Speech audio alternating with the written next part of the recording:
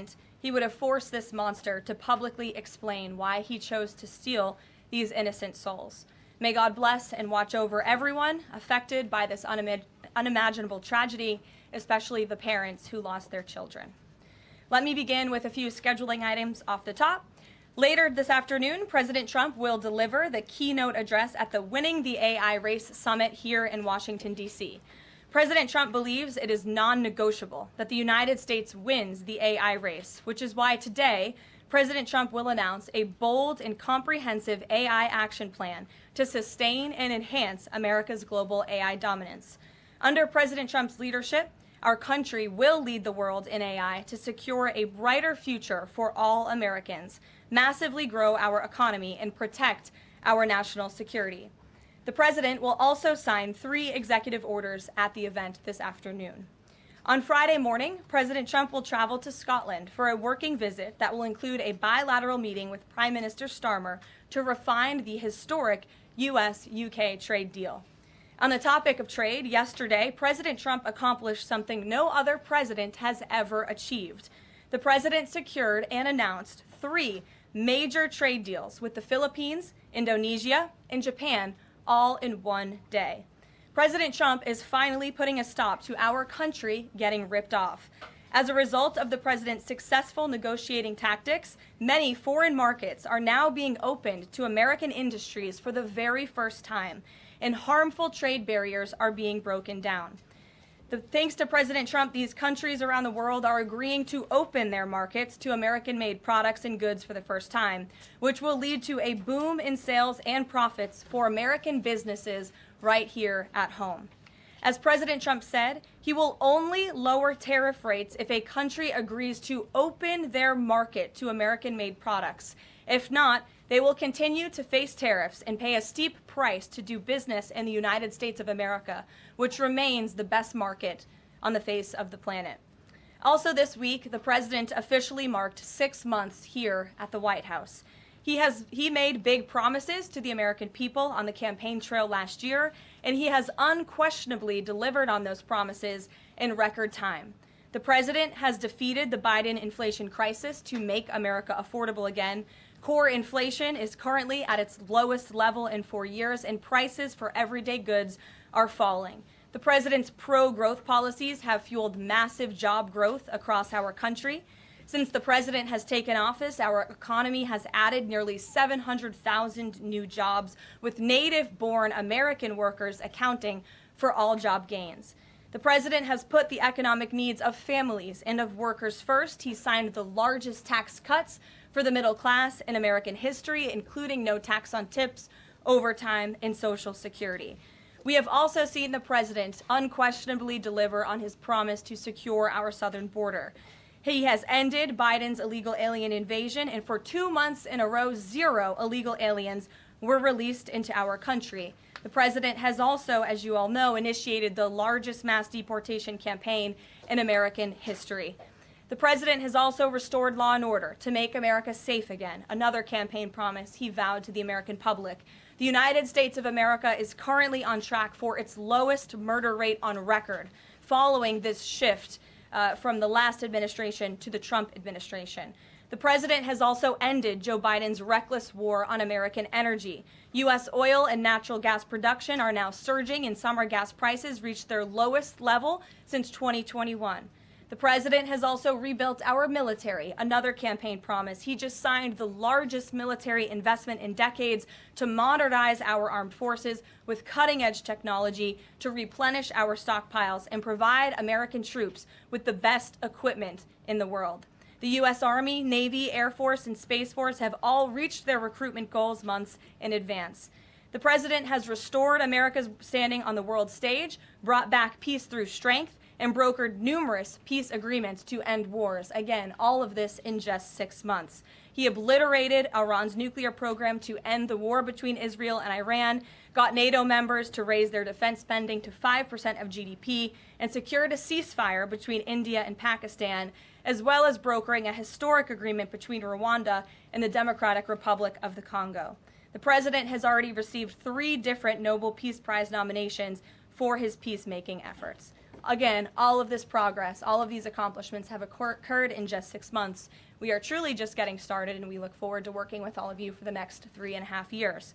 On another matter, over the past few days, Director of National Intelligence Tulsi Gabbard has unveiled shocking new evidence that former President Barack Obama and top aides in the Obama administration conspired to subvert President Trump's 2016 election victory and undermine the democratic will of the American people. While publicly pretending to engage in a peaceful transfer of power, in private, former President Obama went to great and nefarious lengths to try to sow discord among the public and sabotage his successor, President Trump. The new evidence released by the Director of National Intelligence, who is here with me today, confirms that the Obama administration manufactured politicized intelligence, which was later used as the justification for baseless smears against President Trump in an effort to try to delegitimize his victory before he even took the oath of office. The truth is that President Trump never had anything to do with Russia, and the Russia collusion hoax was a massive fraud perpetuated on the American people from the very beginning. And the worst part of this is Obama knew that truth, and so did all of the other corrupt officials involved in this scam, including former CIA Director John Brennan, former Director of National Intelligence James Clapper, former FBI Director James Comey, former Deputy Director Andrew McCabe, and many others. Director of National Intelligence Gabbard's report further confirms what we already knew. There was no collusion, no corruption, except on the part of Barack Obama and the weaponized intelligence agencies at the time. The Russia hoax was a blatant lie, all ginned up by Democrat political operatives that were signed off on by then President Obama and leaked to the news media to launch a years-long witch hunt against President Trump and his first administration. Allies of the president, including his own son, Donald Trump Jr., were disgustingly smeared as Russian assets, and some even had their lives destroyed because of this vicious lie. The president's first 2 years in office had this fake distraction hanging over it, and endless resources, time, and political capital were spent having to debunk these lies from the highest levels of our government. Now, nearly 10 years later, thanks to the declassification of documents by Director Gabbard, the truth has finally come to light. And this truth vindicates President Trump, his family, and his many allies and associates who were smeared with defamatory lies. President Trump was right from the beginning about all of this, and we are grateful that justice can be served. Now, we have even more damning evidence implicating those who tried to sabotage a duly elected president and did grave material harm to our republic. Thanks to additional important work done by CIA Director Ratcliffe, Committee Chairman Rick Crawford over the past few months, a newly declassified 2020 report prepared by the House Permanent Select Committee on Intelligence, which DNI Director Gabbard has declassified, found that the intel community did not have any direct information that Russian President Vladimir Putin wanted to help elect President Trump in 2016. And in fact, Russia was actively preparing for a Hillary Clinton victory.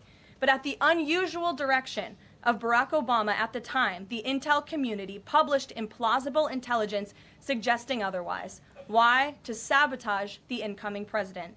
This is truly one of the greatest political scandals in American history. And reporters at legacy outlets, some of which are sitting in this room today, like the New York Times and the Washington Post, were ridiculously awarded Pulitzer Prizes for their perpetuation of this hoax. It's well past time for those awards to be stripped from the journalists who receive them. It is not journalism to propagate political disinformation in service of the Democrat Party and those in the intelligence community who hand over out of context and fake intelligence to push a false political narrative. I will now pass it over to the Director of National Intelligence, Tulsi Gabbard, to speak more about all of this, and then we will open it up for questions afterwards. Tulsi, thank you for being here. Thank you very much. Good afternoon. At President Trump's direction and with the support and coordination with the House Intelligence Committee Chairman Rick Crawford, today we've released a declassified Oversight Majority Staff report that was produced in September of 2020. The stunning revelations that we are releasing today should be of concern to every American. This is not about Democrats or Republicans. This has to do with the integrity of our democratic republic and American voters having faith that the votes cast will count. There is irrefutable evidence that detail how President Obama and his national security team directed the creation of an intelligence community assessment that they knew was false. They knew it would promote this contrived narrative that Russia interfered in the 2016 election to help President Trump win, selling it to the American people as though it were true. It wasn't. The report that we released today shows in great detail how they carried this out. They manufactured findings from shoddy sources. They suppressed evidence and credible intelligence that disproved their false claims. They disobeyed traditional tradecraft intelligence community standards and withheld the truth from the American people. In doing so, they conspired to subvert the will of the American people who elected Donald Trump in that election in November of 2016. They worked with their partners in the media to promote this lie, ultimately to undermine the legitimacy of President Trump and launching what would be a years-long coup against him and his administration. We're here today because the American people deserve the truth, they deserve accountability, and they deserve justice. The records that we released on Friday that were ODNI records, Senator Chuck Grassley's release on Monday of what is known as the Clinton Annex, which was an appendix to the Department of Justice Office of Inspector General's 2018 report, as well as the House Intelligence Committee's majority oversight report that we're releasing today, all come back to and confirm the same report. There was a gross politicization and manipulation of intelligence by the Obama administration intended to delegitimize President Trump even before he was inaugurated, ultimately usurping the will of the American people. I'm going to go over the key findings from the House Intelligence report, which investigated the claims that were made by an intelligence community assessment ordered by President Obama and published in January of 2017. First, Putin's principal interests relating to the 2016 election were to undermine faith in the U.S. democratic process, not show any preference of a certain candidate. In fact, this report shows Putin held back from leaking compromising material on Hillary Clinton prior to the election, instead planning to release it after the election to weaken what Moscow viewed as an inevitable Clinton presidency. In the January 2017 intelligence community assessment that President Obama ordered, John Brennan, who was CIA director at the time, and the intelligence community intentionally suppressed intelligence that showed Putin was saving the most damaging material that he had in his possession about Hillary Clinton until after her potential and likely victory. The report goes into great detail about the information that Russia and Putin had on Hillary Clinton, which included possible criminal acts like secret meetings with multiple named U.S. religious organizations in which State Department officials offered, in exchange for supporting Secretary Clinton's campaign for the presidency, significant increases in financing from the State Department. They also had documents that showed the patronage of the State Department to State Department employees who would go and support Hillary Clinton's presidential campaign. There were high-level DNC emails that detailed evidence of Hillary's, quote, psycho-emotional problems, uncontrolled fits of anger, aggression, and cheerfulness, and that then Secretary Clinton was allegedly on a daily regimen of heavy tranquilizers. Then CIA Director Brennan and the intelligence community mischaracterized intelligence and relied on dubious substandard sources to create a contrived false narrative that Putin developed a quote-unquote clear preference for Trump. Brennan and the IC misled lawmakers by referencing the debunked Steele dossier to assess quote-unquote Russia's plans and intentions, falsely suggesting that this dossier had intelligence value when he knew that it was discredited. The intelligence community excluded significant intelligence and ignored or selectively quoted reliable intelligence that contradicted the intelligence community assessment's key findings on Putin's alleged support for Trump. Including this intelligence reporting would have exposed the ICA's claim as implausible, if not ridiculous. The intelligence community assessment omitted reliably sourced information, such as how some Russian intelligence officials were quote-unquote planning for candidate Hillary Clinton's victory, while others assessed neither Trump nor Clinton would respect Russia's interests. As was reflected in the ODNI documents that we released on Friday, multiple intelligence community assessments released in the months leading up to the November 2016 election concluded that Russia had neither the intent nor capability to impact the outcome of the U.S. election. On December 5th of 2016, the FBI and ODNI gave the House Intelligence Committee its first post-election classified briefing, in which there was no mention of Putin aspiring to elect Trump by either agency. The Presidential Daily Brief, drafted on December 8th of 2016, stated that no Russian or criminal actors impacted vote counts. This document was pulled just hours before it was to be published due to quote-unquote new guidance. If it had been published, it would have been briefed to both President Obama and President-elect Donald Trump. On December 9th, 2016, a National Security Council meeting was called to gather President Obama's senior national security officials, which included CIA Director Brennan, then Obama DNI James Clapper, Susan Rice, and others. Following that secret meeting, DNI Clapper's assistant sent an email to the intelligence community with the subject line, POTUS tasking on Russia election meddling, tasking ODNI leaders to create a new assessment per the president's request. The House Intelligence Committee Oversight Report that we released today reveals that, quote, unlike routine intelligence community analysis, the intelligence community assessment was a high-profile product ordered by the President, President Obama. It directed senior intelligence community agency heads and created an intelligence community assessment limited to just 5 analysts, using one principal drafter.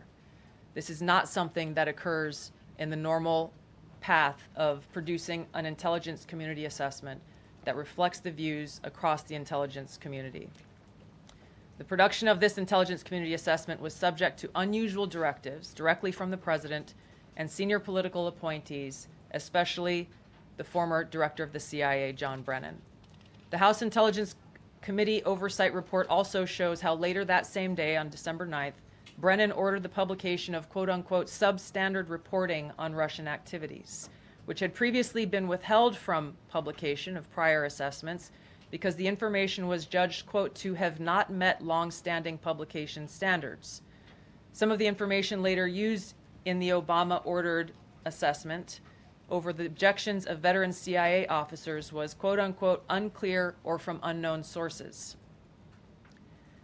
The Intelligence Committee's Oversight Report reveals that CIA Director Brennan overruled senior CIA officers who challenged the Obama-ordered intelligence assessment, stating, quote, we don't have direct information that Putin wanted to get Trump elected.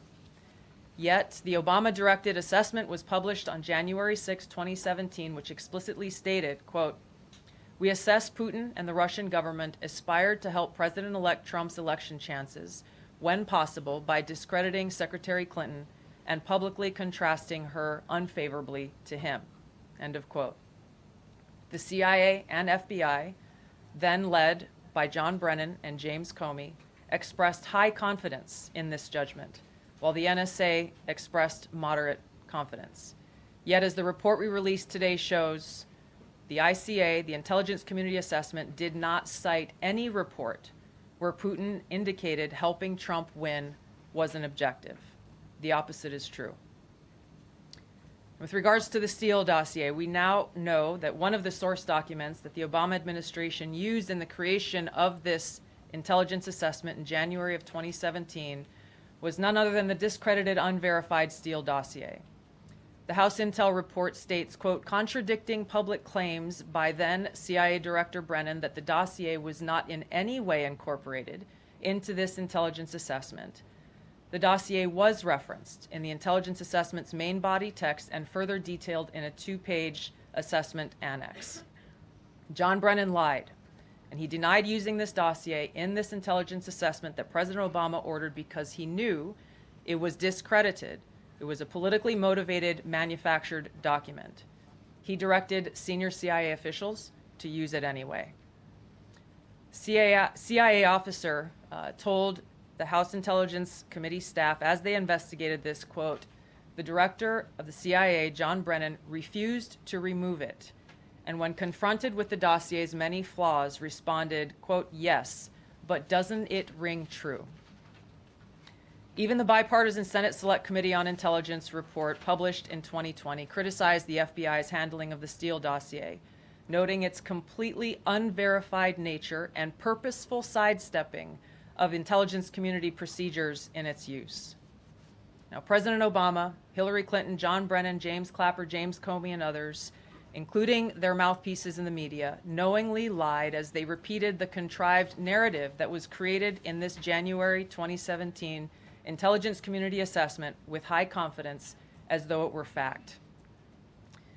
John Brennan, as CIA director, stated in a memo to his agency staff in December of 2016, saying, quote, "There is strong consensus among us on the scope, nature, and intent of Russian interference in our presidential election."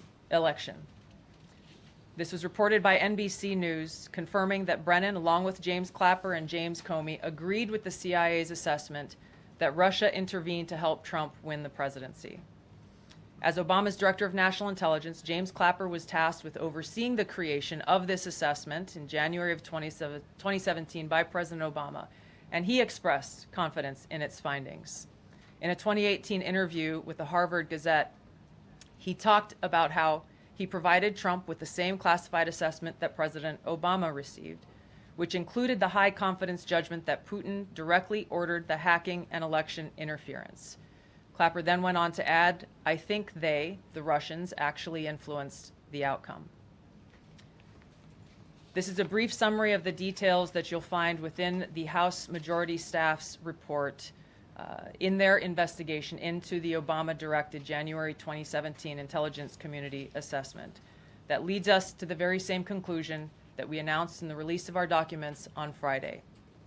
The implications of this are far-reaching and have to do with the integrity of our democratic republic.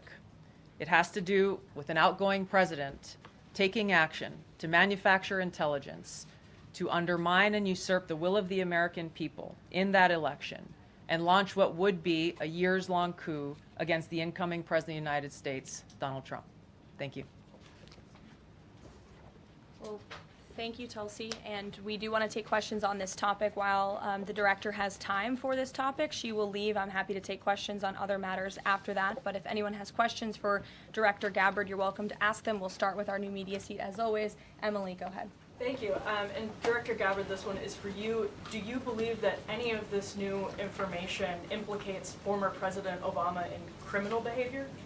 We have referred and will continue to refer all of these documents to the Department of Justice and the FBI to investigate the criminal implications of this. For even former President Obama? Correct. The evidence that we have found and that we have released directly point to President Obama leading the manufacturing of this intelligence assessment. There are multiple pieces of evidence and intelligence that confirm that fact. Ed, go ahead. Director Gabbard, thank you. So just to, two questions, but to begin on that. The President yesterday, you've inferred that the former President helped lead a coup. Based on what you now see, do you believe President Obama is guilty of treason? I'm leaving the criminal charges to the Department of Justice. I'm not an attorney, but as I've said previously, when you look at the intent behind creating a fake manufactured intelligence document that directly contradicts multiple assessments that were created by the intelligence community, the expressed intent and what followed afterward can only be described as a years-long coup and a treasonous conspiracy against the American people, our republic, and an attempt to undermine President Trump's administration. The Senate Intelligence Committee spent several years looking into this and unanimously agreed in a bipartisan fashion, Secretary of State Rubio was a member of that committee, that there was no political interference.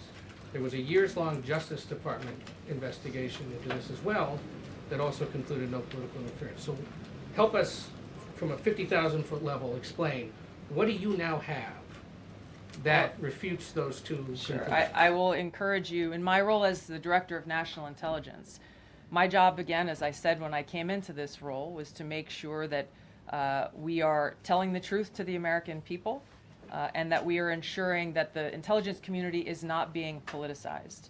So I'm not asking you to take my word for it. I'm asking you in the media to conduct honest journalism and the American people to see for yourself in the documents that we've released now, close to 200 pages, that point in multiple references, multiple examples, to include comments that have been made by senior intelligence professionals, who are some still working within these agencies today, that confirm the conclusions that we have drawn, that President Obama directed an intelligence community assessment to be created to further this contrived false narrative that ultimately led to a years-long coup to try to undermine President Trump's presidency. And it's your belief John, that go those ahead. two previous investigations missed that or covered it up? I'm telling you to look at the evidence. Look at the evidence, and you will know the truth. John. Thanks, Caroline. Thanks, Director Gabbard. You declassified these documents, if I'm not mistaken, Friday of last week, correct? We released them on Friday of last week, the first tranche, yes. This isn't the first time that President Trump has been president of the United States. He was president from 2017 to 2021. Couldn't the prior DNI under President Trump have declassified these documents? And why didn't that DNI do that at that time? I can't speak to what happened there. There were several DNIs under the first Trump administration. President Trump faced many challenges from those who were working in the government who sought to undermine his presidency. That's been clearly detailed. What I can speak to is the fact that this was one of the first things that we started to investigate here within this Trump administration and have released the results upon the conclusion of our investigation. And then my second question has to do with what intelligence agencies around the world have said about Russia, that they have tried to influence elections in the United States, in France, in Germany, in the UK.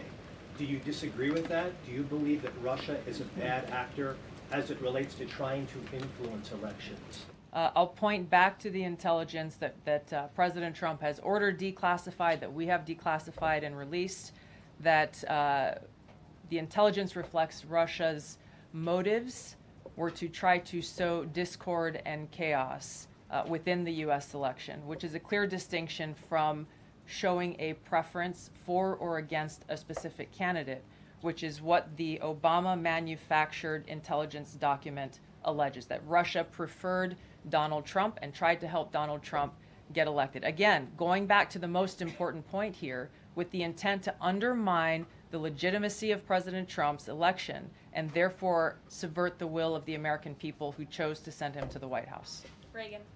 Thanks, Caroline. Director Gabbard, Reagan Reese with the Daily Caller.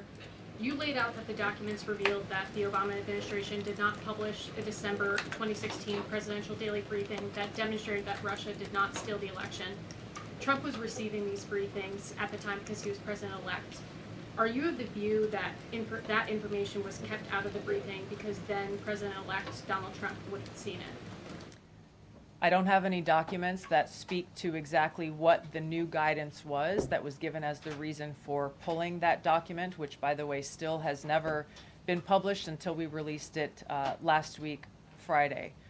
One could assume that they didn't want President Trump to see a document that came from the intelligence community that would contradict the Russia hoax narrative that began through the Hillary Clinton campaign with the Steele dossier.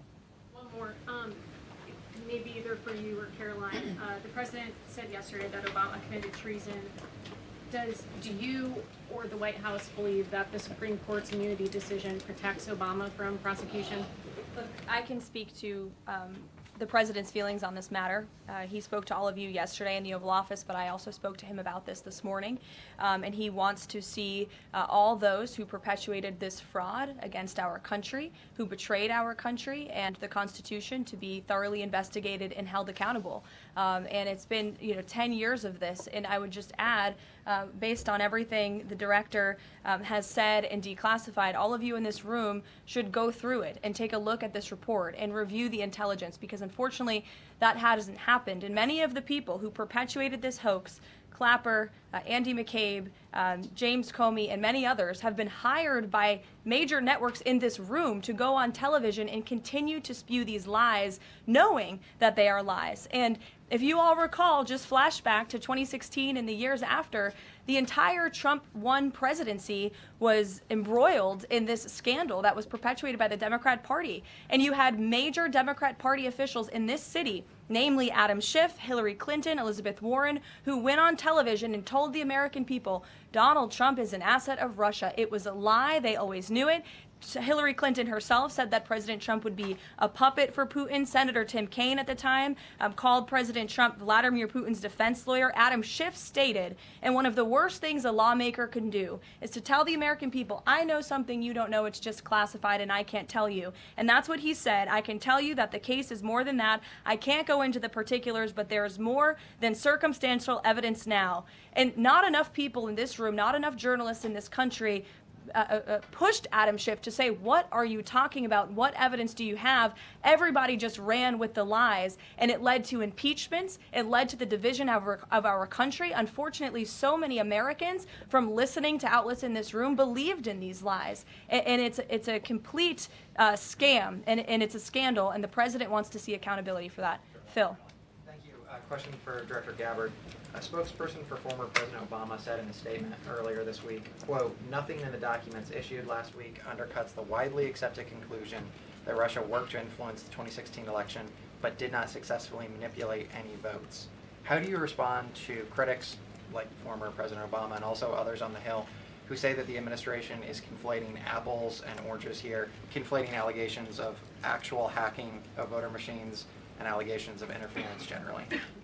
I think it's a disservice to the American people that former President Obama's office and others who are criticizing the transparency that is being delivered by releasing these documents. They are doing a disservice to the American people and trying to deflect away from their culpability in what is a historic scandal and negative action towards the American people and our democratic republic. The answer to that statement can very clearly be found throughout all of the documents that we have released. Again, showing that Russia has took action to try to sow discord in the election, but showed no preference for or against any singular candidate.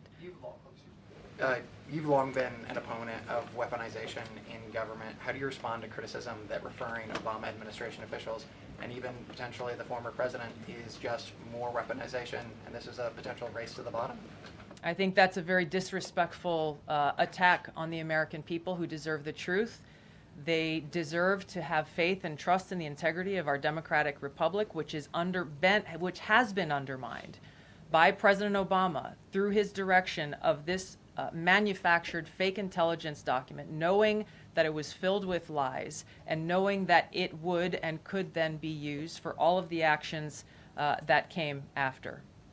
Caroline? And I would just add, there needs to be accountability for that weaponization, Phil, that we've seen. And no one has been a victim of the weaponized government more than President Trump, not just because of this political scandal. You all recall his house was raided. So I think, it's very disingenuous for people to say, how dare they speak of former President Obama about this based on evidence and based on intelligence when the former president of the United States, Donald Trump's home was raided when he was forced to sit in a Manhattan courtroom and many other courtrooms across the country for crimes he never committed when he was impeached and indicted, and the entire country witnessed that. That's the weaponization of justice. Now the president is back because the American people see the truth. Nearly 80 million Americans reelected him back to this office, and he believes that we need to have justice and accountability, and I think the nearly 80 million Americans who reelected him agree with that. Caitlin. Thank you, Caroline. Two questions for Director Gabbard just on this. Director Gabbard, you referenced the past intelligence reports and assessments on this, including that 2017 one that was signed off, as Ed noted, by every Republican on the Senate Intelligence Community, including the acting chair of the time, now Secretary of State Marco Rubio, who said in a statement that they did not find any evidence of Russian collusion, but they did find, however, is very troubling, and they found irrefutable evidence of Russian meddling. One, are you saying that he's wrong in that statement that he made then? And secondly, what would you say to people who believe that you're only releasing these documents now to improve your standing with the president after he said that your intelligence assessments were wrong? Well, first I want to correct something that you stated, which was citing the Senate Intelligence Committee's report as being one and the same. I think you said the intelligence community. The Senate Intelligence Committee has a very different function than the Office of the Director of National Intelligence. The evidence and the intelligence that has been declassified and released is irrefutable. I'm going to let Caroline speak to Secretary Rubio. I'll speak to both questions. First, on Secretary Rubio, he put out a statement in 2020 following that Senate Intelligence Committee report, and he said what they found is troubling. We found irrefutable evidence of Russian meddling, which the Director of National Intelligence just confirmed for all of you, that Russia was trying to sow distrust and chaos. But what's the outrage in this that Secretary Rubio did not say at the time, the Democrats were saying at the time, is the fact that the intelligence community was concocting this narrative that the president colluded with the Russians, that the president's son was holding secret meetings with the Russians, all of these lies that were never true. And he also said at that time, we discovered deeply troubling actions taken by the FBI under Comey, particularly their acceptance and willingness to rely on the Steele dossier without verifying its methodology or sourcing. The Steele dossier that many outlets in this room ran as the gospel truth, and it was cooked up and paid for by the Clinton campaign. As for your second question, Caitlin, I think who is saying that she would release this to try to boost her standing with the president? Who has said that? Well, the president has publicly undermined her when it came to Iran. He said she was wrong. He told me that she didn't know what she was talking about. That was on Air Force One on camera. The only people who are suggesting that the Director of National Intelligence would release evidence to try to boost her standing with the president are the people in this room who constantly try to sow distrust and chaos amongst the president's cabinet, and it is not working. I will just answer your question directly. I am with the President of the United States every day. He has the utmost confidence in Director Gabbard. He always has. He continues to, and that is true of his entire cabinet, who is all working as one team to deliver on the promises this president made. Does anyone else have questions for Director Gabbard? And then we'll turn it over to a couple other questions. Christian, go ahead. Yeah, thank you, Director Gabbard. Two follow-ups on questions that have been asked. You mentioned the previous DNIs during the president's first term. One of them reports to you right now, if I'm not mistaken, John Ratcliffe. So have you not spoken to him about why this information was not declassified during the first term? He was in that position for a very short period of time.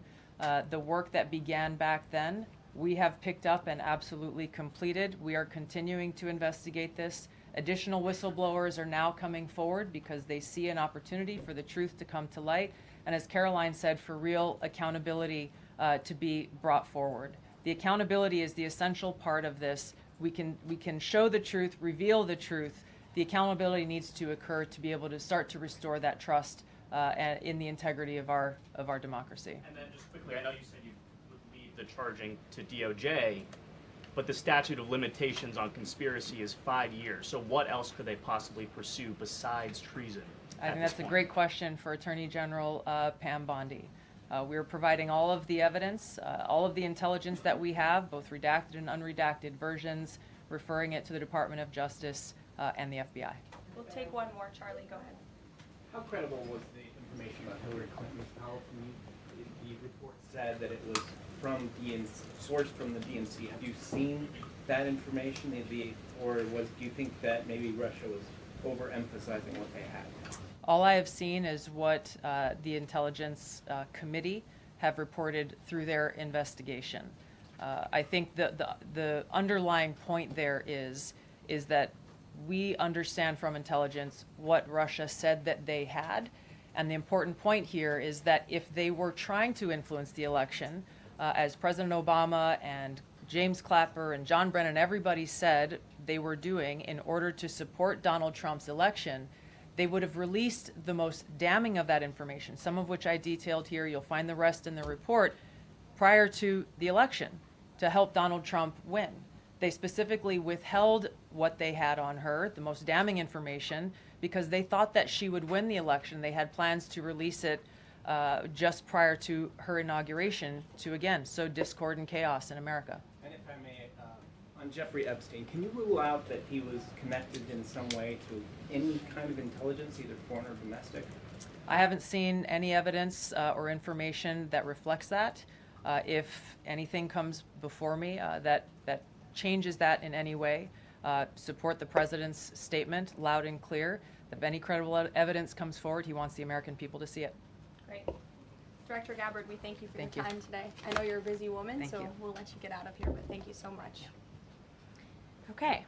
I know there's many issues going on today across the world and here at home. If you have any other further questions, I'm happy to take them. Ed, why don't you go ahead? Yeah, thank you, Caroline. So the Japan trade deal, is that Japan trade deal the start of this number of trade deals that the Treasury Secretary says we're going to see by August 1st?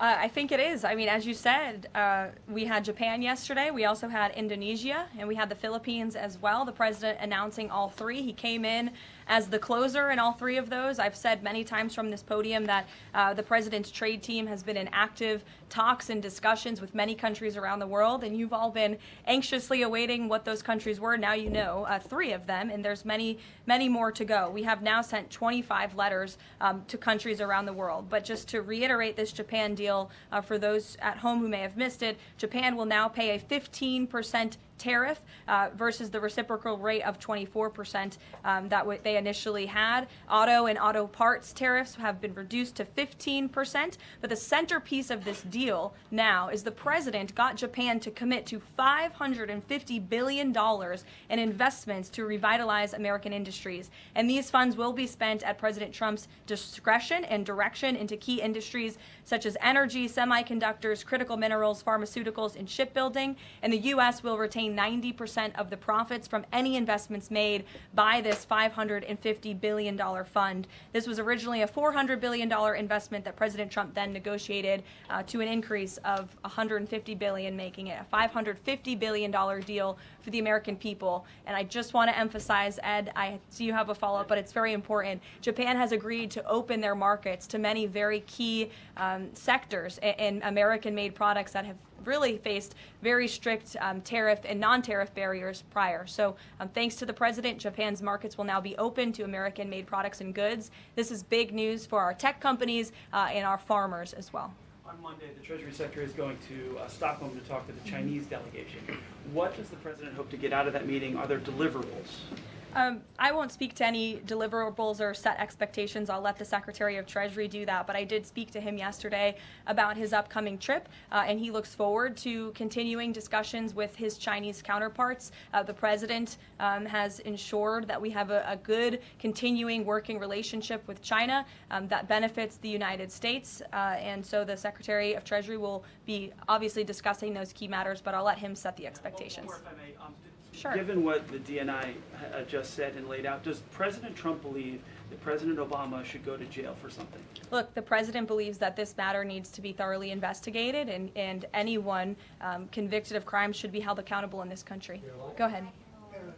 Special Envoy Wickoff is headed overseas again. Good to see you, Olivia. Good to I see haven't you. seen you since the campaign trail. Yeah, it's good to see you. He's headed back overseas. Can you give us a sense of what the marching orders are to some of the people he'll be meeting with, and specifically as it relates to Gaza and ongoing talks there? Yes, Special Envoy Wickoff is headed to Europe, where he will meet with key leaders from the Middle East to discuss the ongoing ceasefire proposal to end this conflict in Gaza and to release the hostages. These are very sensitive negotiations that are currently taking place. I spoke to Special Envoy Wickoff last night about them. I will let him speak further on the matter, but the President and Special Envoy Wickoff has made the administration's goals clear. We want this ceasefire to happen as soon as possible, and we want these hostages to be released. Go ahead. Caroline, a Florida federal judge has refused to allow the Epstein grand jury materials to be released. Does the president want the administration or Department of Justice to appeal that ruling? That was just breaking as the director and I were coming out here, so I haven't had a chance to talk to the president about it. I understand there are 2 other requests from the Department of Justice that are ongoing, but I'll let this president speak to whether he wants to see an appeal. And the Department of Justice, I'm sure, can give you a statement on that as well. And is he supportive of the effort to talk to Ghislaine Maxwell? I know that Todd Blanchard mentioned that earlier this week. The president spoke to this yesterday, and he said he thinks it's an appropriate idea. Kelly. What is the accountability that you would like to see if this current president is the one who brought the case to the Supreme Court and Chief Justice Roberts made clear in his opinion that a sitting president's responsibilities in office cannot lead to prosecution, immunity? So what is it the President Trump wants regarding President Obama, given that fact? And the special counsel at the time, Durham, when that Supreme Court matter was not in effect, could have charged anyone and did not. So on those 2 points, how do you respond? Look, the president has made it clear that he wanted these documents to be declassified. He wanted the American people to see the truth, and now he wants those who perpetuated these lies and this scandal to be held accountable. As for what accountability looks like, as the director said, it's in the Department of Justice's hands, and we trust them to move this ball forward. Well, you would agree Stephanie. President Obama cannot be charged based on that immunity. Again, I'll leave that to the Department of Justice. Stephanie. In light of the Japan deal, are sectoral tariffs now up for negotiation with trading partners? And in a similar note, are these negotiators asking for investment funds, sort of like what Japan had agreed to? As for sectoral tariffs, I understand that the president continues to be in talks with our Secretary of Commerce. We have made commitments on various sectoral tariffs, as you know. The Department of Commerce has initiated studies to then move forward with implementing those sectoral tariffs. So I would defer you to them for further comment. Meredith. I wanted to ask if the White House has any update on the Commerce Department employee who's been detained in or banned from exiting China, and if there are any efforts to get him out. I can assure you and the American people that the administration is actively monitoring the situation and engaged, but typically we don't comment on individual cases like this as we are sorting them out. Sure. Yes. Behind you, Dr. Harper, sorry. Go ahead, to the lady sitting down in the blue, yes. Okay. What's your name? What's your name? My name is Caroline also. Caroline Boda with the Center Square. Great. So Republicans in the Senate today said that they are pulling back on legislation to impose sanctions on Russia after the president said he wants to act unilaterally. Can you elaborate on what the president intends to do? Look, the president has been in very close communication with his friends in the Senate, particularly Senator Lindsey Graham, on this issue. But the president has always maintained, he's the commander-in-chief and the president for a reason, and he has been deeply involved in this conflict since the beginning. And so any decisions that are made with respect to sanctions, the president wants to reserve that authority and that right to himself. Jasmine. Thanks, Caroline. Two questions for you. The first on AI. Does President Trump support federal agencies contracting with Elon Musk's AI company? I don't think so, no.